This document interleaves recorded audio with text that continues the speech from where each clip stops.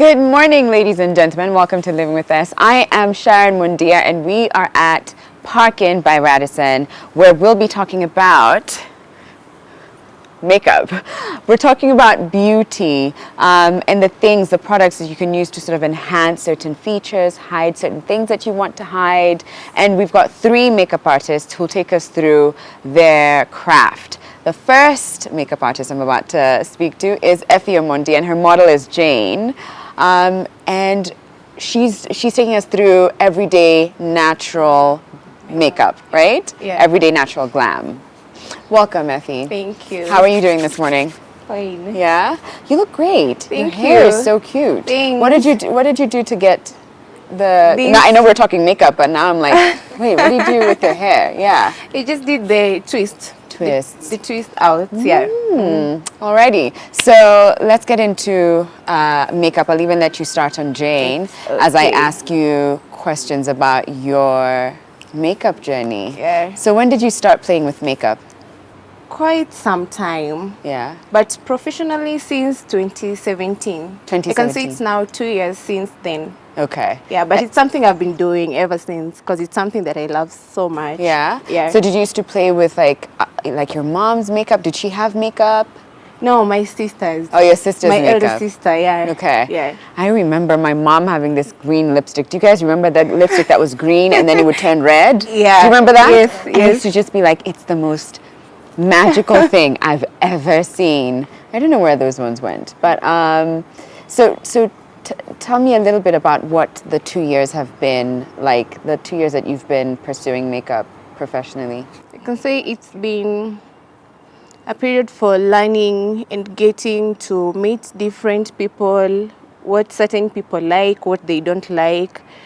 I think it has just made me understand the industry more at large, yeah, with lots of challenges too, because it's not easy. Oh, yeah? Yeah. Like, so what are some of the challenges that you've encountered in the last 2 years? Like I can say at times you meet very difficult clients. Oh. You find that they want a particular thing for Yeah. a particular occasion. Yeah. But according to you, you feel that this is exactly what would look good in this. Okay. But now you have to come to terms with them. Yeah. And maybe combine the 2 ideas and come up with the one thing that the Yeah. client will also love. Right. Then again, being able to purchase like all the products for all the ranges. Yeah. It's not easy. So it's been a challenge too. But Yeah. with time, yeah. And it can be expensive. Yes. Yeah, it can be Very. expensive. Yeah, it's not something you'll just wake up and say, I'm going to buy all the products. Yeah, on the And same stock day. them, yes. You Right. buy- So you had to it's slowly yeah, ease your way exactly. into it. Yeah. All right. So I see you're starting off with Jane's eyebrows. Is yeah. that how you like to start off all makeup looks, or is it just this one?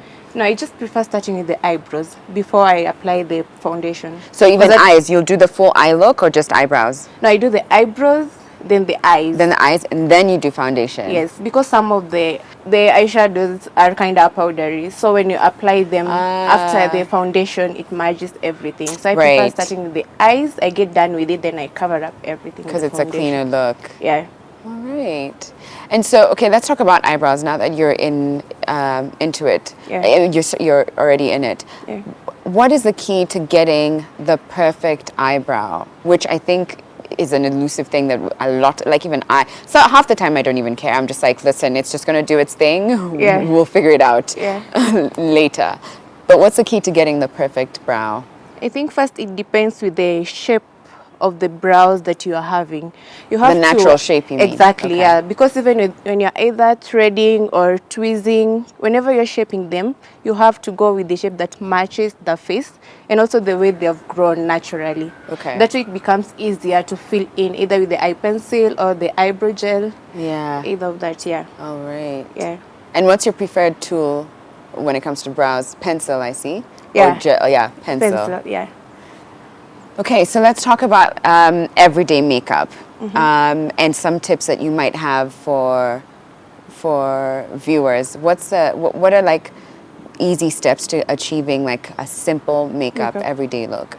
I think for the everyday makeup, it's not so complicated. It's just something so simple. It enhances your natural look. It Yeah. doesn't have to be too much, Right. but it just have to boost you a little bit. Yeah, so you don't have to do it too much. Just the foundation, maybe the blush and the highlight if you're a fan, and a bit of the shadow, Yeah. and lipstick or gloss, depending on what you prefer. Yeah, but I Yes. imagine if you're just starting out, some of those things would be terrifying when you start Yeah. to say highlighter, and it's like, where does the highlight go? Where are the high points? And even today, even I'm like, sometimes I see it looks like people put highlighter on their entire face because everything is just like. Yeah. So, Yeah. so if you were to speak to a beginner who also wanted to achieve a simple makeup look, what would you advise them to do? Yeah. Number one, they should just find the perfect foundation that matches your shade, your skin tone, because it's basically like everything when it comes to foundation, to makeup. When your foundation is off, everything automatically becomes off, no matter how good it is. So you have to identify the perfect foundation for your skin tone. Yeah, then after that you can maybe focus on the eyebrow kit, because either way, when you apply foundation in your brows and eyes, it doesn't look good. Right, and the brows frame the face. Yes, exactly. So foundation, brows, And lipstick. and Yeah, lipstick. too. Actually, that is it would be a simple thing. Maybe mascara, I would say. Yes, Just a little yes, bit to like yeah, get yeah. your lashes popping. Yeah. So you said it even earlier, Effie, that makeup can be expensive. This whole endeavor can cost you a pretty penny. Yeah. So what are some of the things that you think are worth investing? And this is for someone who's more seasoned in makeup and, will play with the contours and the highlights. But what do you think are the key items that are worth splurging on? And which ones would you say, if you're tight on budget, this is what I would say skip, or you can find the more affordable version? I think one should focus more on the foundations. The foundations that matches the skin tone, or in case you are planning to venture into it, you should have like ranges of foundations. Right. Maybe the medium complexion, the extremely light, and the darker shades. You can start with that because you can be mixing them up to come with the clients that are in between the ranges. Then another thing, the eyeshadows, because you find some eyeshadows you can use them either as the eye color or as the highlighters or as the blushes.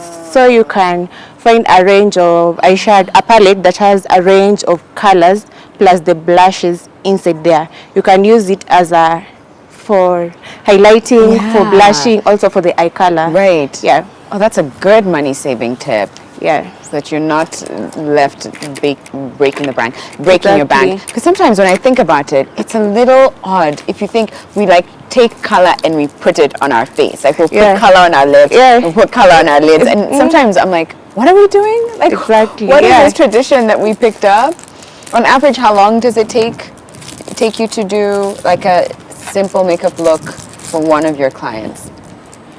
If it's a client, I can say like 30 minutes, 30 to 45 minutes at most if it's a client. Okay. But when I'm doing it on my face for everyday look, just 15 to 20 minutes on the higher side. Okay. Yeah. Oh, so it doesn't take that long. Yeah. Oh, I see you're going in for pink. So do you think you can still achieve like a simple everyday look but with bold colors?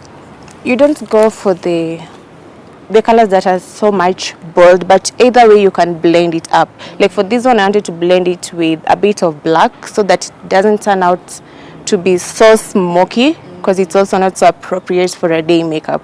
But I just wanted to blend it up to come up with a bit chilled shade on the eyes. Right. Yeah. What colors do you think work best for brown skin girls? I'm gonna think Beyonce for that. But like brown skin girls, like our dark skin, what colors tend to work better for us? I think slightly gold, a chilled gold, or brown, or grayish. Oh, gray? Yeah. It's not gonna make us look ashy? No, you can blend it. Okay. Yeah. On the eyeline, you can arc it up just to give out some bold look. Okay. Yeah. Interesting. Actually, you're right. That pink, even though it looks quite bold in the palette, when Yeah, it's on the when you eye, apply it, it it's looks not so muted. shouting. Yeah. Yeah. Yeah, it's quite muted. So the weather in Nairobi is a little all over the place. And 1 minute it's super cold, and the other minute it's super hot. Does your makeup application change, or even the products change, if you want it to last through, and especially in the hotter season? What are some of the things that you used that will help it? I think it changes just slightly depending on the skin type. Okay. Like for example, when it's a bit cold, I don't prefer using the spray, the fix spray before the foundation. Oh, how but come? When it's so hot, I can use the spray before I put on the foundation, then spray it again just to make it stick and last like the whole day. But when it's cold, I don't have to use it like before, then again after. Because it helps it stay the whole day. Yes. Interesting. Okay. And so did you put the spray? Oh, is it this, the Prep and Prime? Yeah. I used to have this, and then what happened? Just once it ran out, I was like, I'm not even sure what it used to do. So I was like, all right, okay. But I think it is a great tool. Yeah, it helps a lot. Yeah. So let's talk about skin types, because of course different skin types, I imagine, call for different kinds of products. Yeah. Or techniques so that the makeup sits the right way. Yeah. So if someone has oily skin, what are your tips to make sure that the look lasts the whole day? I think depending on your skin, you now have to focus on different products. You just can't focus while applying the makeup to ensure it lasts. Also, your moisturizers, your scrubs, your cleansers, you should ensure that they are either for oily skin, if you have an oily skin, or dry, or whether you have combination. It starts from there, from the facial area, then you upgrade it up to the makeup side. So you make sure even your foundations are for oily skin. If you have an oily skin, you don't go for products that are oily. Yes. You want the matted ones. Yeah. Okay. So Effie, tell me, what were you doing before makeup? I haven't been doing like one thing. I've done modeling. But I've also done makeup. But I've also done logistics. Oh, wow. I just finished recently. Yeah. Yeah. Oh, wow. So I love that there's like different elements to you. Yeah. So did the modeling help transition you into the world of makeup and beauty? Or were you interested in that even I think I was interested in both. Because when I pursued this course, cosmetology, I'd already started modeling before. So I can say modeling came way first before makeup. Right. Yes. And then makeup, and then now logistics. Yeah. That is so interesting. Yeah. So is it another passion of yours, or how did that come about? Modeling. No, logistics, like what you've just finished doing. Or is it that you just after Form 4 you go to uni and you have to pursue a course, so but it wasn't your passion? I can't say it was my passion. Okay. I think I love modeling and makeup more than that. So have you found yourself putting makeup on models for the runway? At times I find myself in situations where I'm not the model, I'm the makeup artist. Wow. Then at times I find myself in a situation where I'm not the makeup artist, I'm now the model. And now they have to work on my face. Yeah. Wait, so how is it when you have someone putting makeup on you? Are you like, oh my gosh, she's starting with foundation? Doesn't she know that it's brows first? Yeah, sometimes you feel like that, but then again, different makeup artists have different tactics. Yeah. What works for me might not work for somebody else. So but just get seated, relax, and wait for the do you really relax look. Though? You don't. Or are you like critiquing? You don't. You don't. Why did you contour like that? Or why did you do my eyebrows like that? Yeah. At times you don't like it, but then you just have to go with it. Yeah. Yes. And I guess in many ways it gives you that kind of empathy for customers who might be like, this isn't the vision I had for and that's myself. what I was telling you. When a client tells you this is what I want, you have to listen to it first, so that if I feel that is not what will work, maybe I'll just combine what I think and what she wants to come up with something, so that she'll also end up liking the final look. Right. Yes.